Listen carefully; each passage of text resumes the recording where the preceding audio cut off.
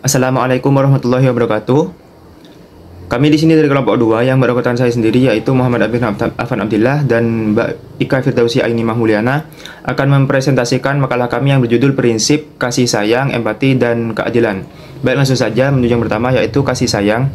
Kasih sayang sendiri secara bahasa berasal dari bahasa Arab yang dikenal sebagai rahmah, yang berasal dari kata rahimah yarhamu rahmatan, yang berarti mengasihi atau menunjukkan rasa kasihan. Sedangkan dari segi istilah, kasih sayang adalah tindakan seorang yang memberikan kenyamanan, kesenangan, keharmonisan, dan rasa penghargaan kepada orang lain. Dalam bahasa Inggris sendiri, kasih sayang itu dikenal sebagai most gracious atau most merciful. Kalimat rahmah ini sering muncul dalam Al-Quran, yang terutama dalam Quran surat Al-Fatihah. Kasih sayang ini sering disandingkan dalam Al-Quran dengan kata Ar-Rahman, yaitu yang maha pengasih, dan Ar-Rahim, dan yang maha penyayang. Nah, sebagai kebutuhan dasar manusia, kasih sayang sendiri tentunya harus disebarluaskan ya. Nabi Muhammad SAW diutus oleh Allah Subhanahu Wa Taala untuk menyebarkan rahmah atau kasih sayang bagi seluruh alam. Sebagaimana firman Allah Subhanahu Wa Taala dalam surat Al-Anbiya ayat 10 yang berbunyi, Bismillahirrahmanirrahim, wa ma arsalnaka illa rahmatan lil alamin. Yang artinya, dan tiadalah kami mengutus kamu melainkan untuk menjadi rahmat bagi semesta alam. Nah, selanjutnya adalah implementasi prinsip kasih sayang dalam bimbingan konseling Islam. Prinsip kasih sayang sendiri dalam praktik bimbingan konseling Islam itu merupakan salah satu nilai inti yang mendasari hubungan antara konselor dan konseli. Prinsip ini berakar pada ajaran Al-Quran dan hadis yang menekankan pentingnya kelembutan, kepedulian, dan empati dalam bantu sesama. Nah, beberapa implementasi yang telah kami rangkum dari referensi yang kami baca itu ada 7 di sini. Yang pertama adalah pendekatan empatik. Nah, kasih sayang itu ditunjukkan melalui empati, yaitu kemampuan konselor untuk memahami perasaan, pikiran, dan pengalaman konseli dari sudut pandang konseli itu sendiri. Nah, jadi seorang konselor itu harus bisa merasakan atau dapat memposisikan dirinya sebagai sang konseli. Lalu yang kedua ada komunikasi yang lembut dan penuh hikmah. Ya, ini tentunya sesuai dengan ajaran-ajaran Islam karena pengajaran itu harus dengan cara yang lembut dan penuh kasih sayang. Lalu yang ketiga adalah penghargaan terhadap martabat konseli. Nah, setiap individu itu dalam Islam pasti memiliki martabat yang harus dijaga. Nah, konselor itu tidak boleh merendahkan atau mempermalukan konseli, melainkan menghargai mereka sebagai manusia yang memiliki potensi untuk berubah dan memperbaiki diri. Lalu yang keempat ada mendorong tindakan positif berdasarkan kasih sayang.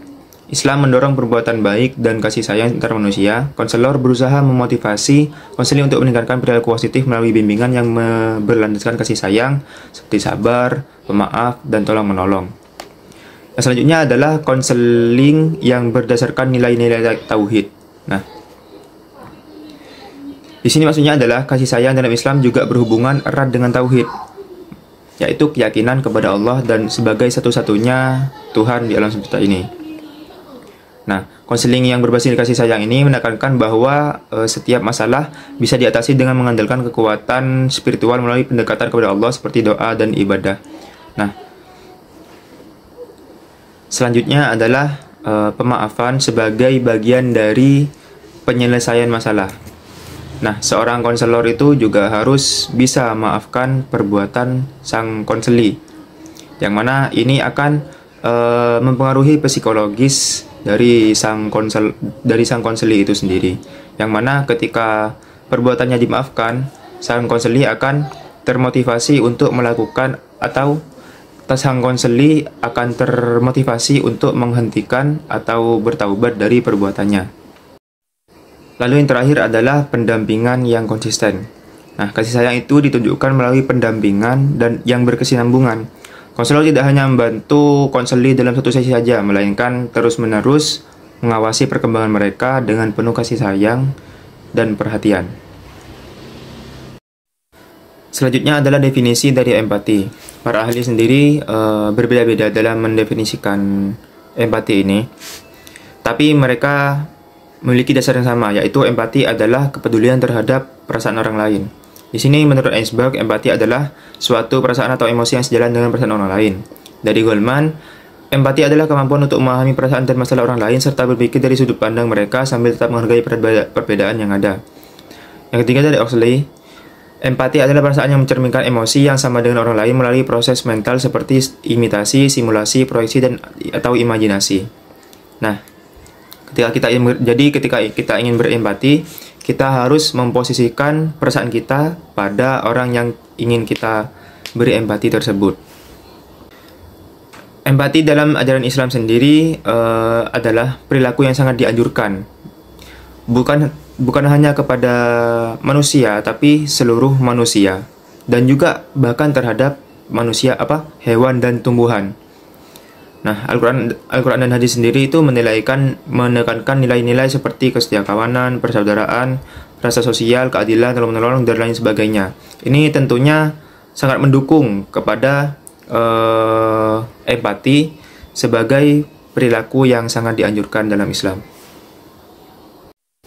Contoh empati sendiri yang sangat indah ditunjukkan oleh Rasulullah SAW dalam sebuah hadis yang diriwayatkan oleh Nu'man bin Bashir berikut, yang berbunyi, mathalul mu'minina fi tawadihim wa tarahumihim wa ta'atufihim mathalul jasadi idza istaka minhu ud'un tada'a lahu sairul jasadi bis-sahri wal humma. Yang artinya, perumpamaan orang-orang mukmin dalam hal kasih sayang bagaikan satu tubuh. Apabila satu anggota badan merintih kesakitan, maka sekujur badan akan merasakan panas dan demam. Nah, ini juga menjadi dalil atau dasar untuk menganjurkan empati dalam kehidupan sehari-hari.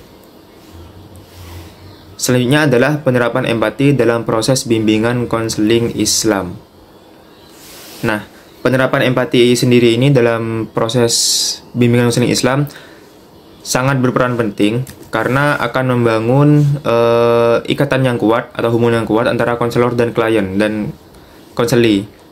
Empati adalah kemampuan yang memahami dan merasakan pengalaman orang lain yang merupakan komponen kunci dalam konseling yang efektif. Nah, penerapannya itu ada 6 yang kami rangkum dari literasi yang kami baca. Yang pertama adalah pendekatan religius. Nah, konselor itu dianjurkan untuk melakukan pendekatan religius, yaitu menghormati keyakinan-keyakinan spiritual yang telah klien alami. Yang selanjutnya adalah mendengarkan secara aktif. Mendengarkan dengan penuh perhatian adalah bagian integral dari empati. Konselor yang aktif itu harus mendengarkan, tidak hanya menunggu giliran untuk berbicara, tapi benar-benar memahami apa yang disampaikan oleh klien. Selanjutnya adalah pemahaman menggunakan bahasa yang ramah.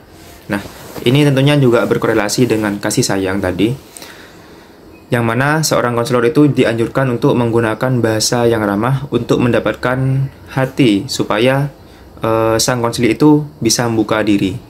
Selanjutnya adalah membangun hubungan kepercayaan.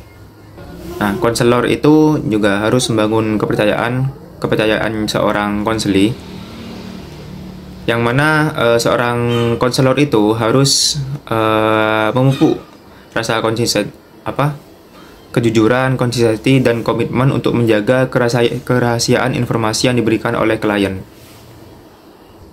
Yang selanjutnya adalah penghargaan terhadap keragaman.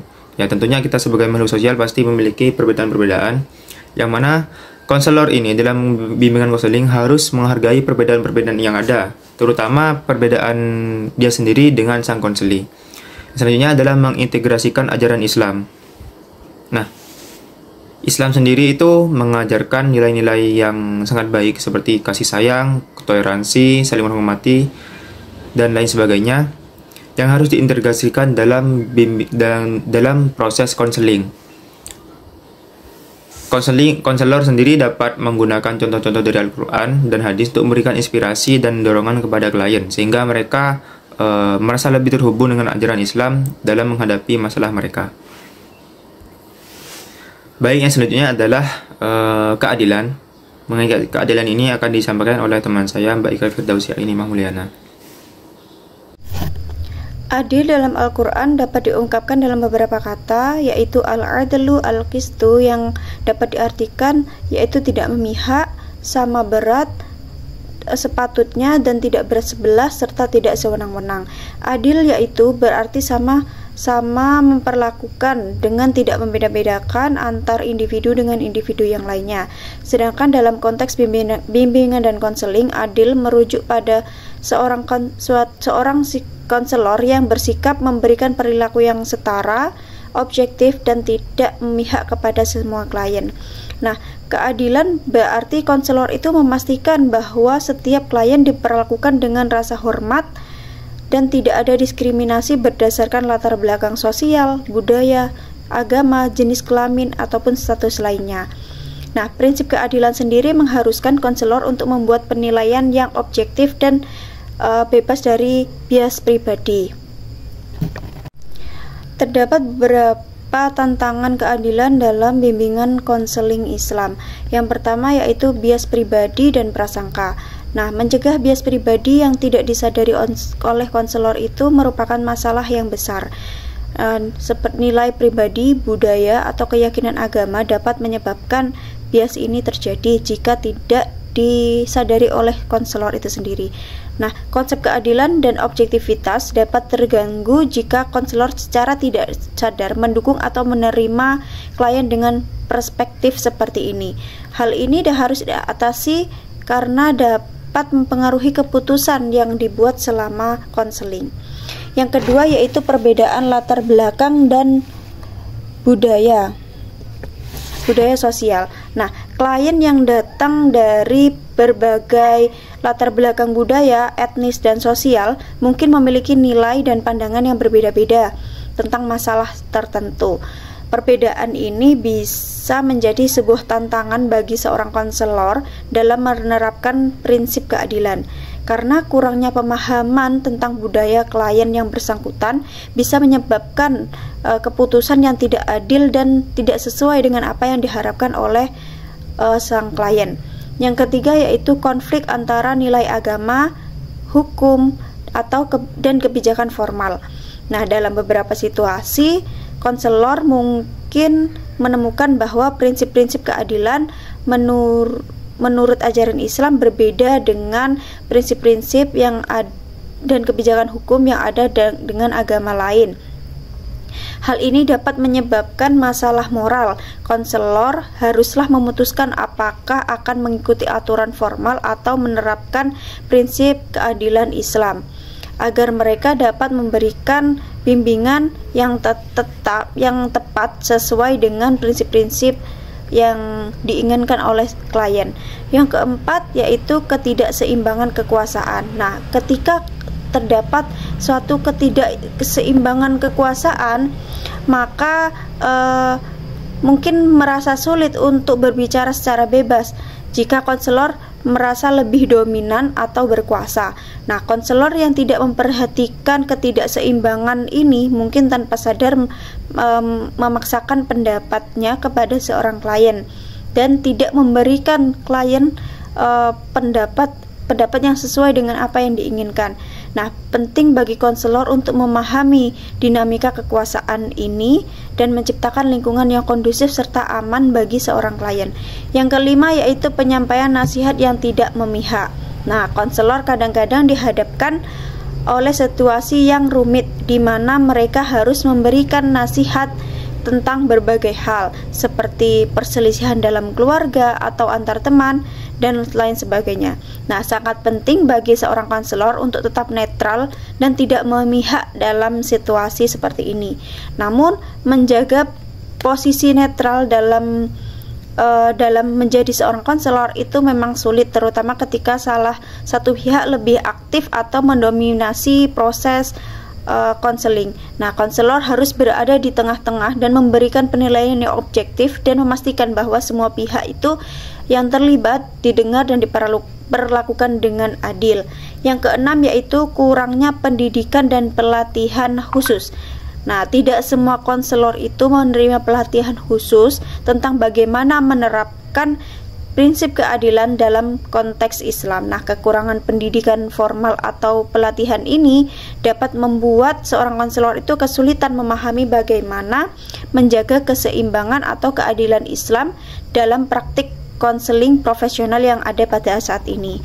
Oleh karena itu, peningkatan pemahaman dan pelatihan yang berkelanjutan tentang etika konseling Islam sangat penting untuk mengatasi masalah ini. Dan yang ketujuh yaitu keterbatasan sumber daya dan dukungan instansi.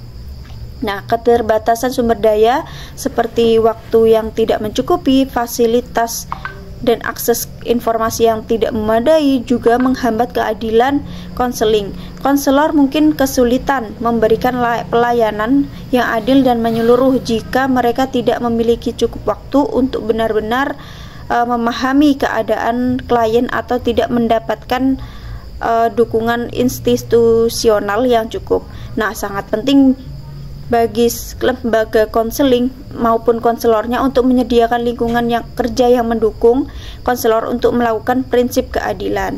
Nah, dalam prinsip keadilan sendiri terdapat dalam Islam, khususnya keadilan yang kaitannya dengan kehidupan sosial, tentu tidak dapat dilepaskan dari pembahasan mengenai konsep ketuhanan, alam, hidup, dan manusia. Nah, hal ini sendiri karena keadilan merupakan bagian dari agama Islam.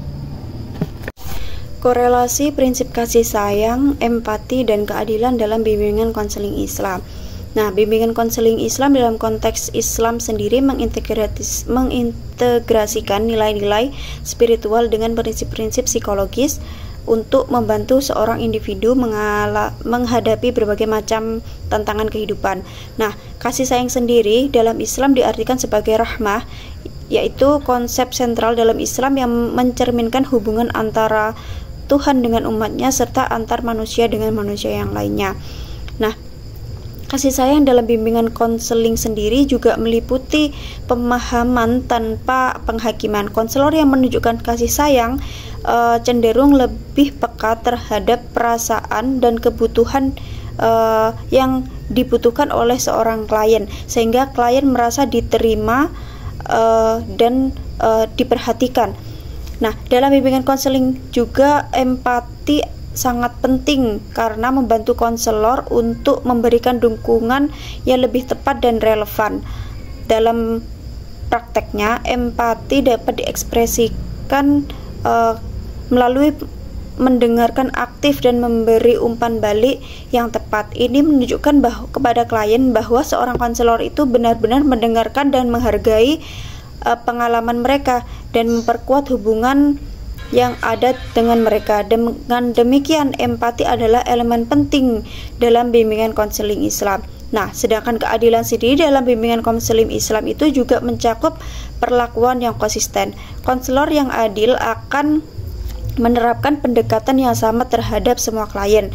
Nah, berdasarkan prinsip yang sama tanpa membiarkan bias pribadi mempengaruhi pendapat ataupun keputusan seorang konselor.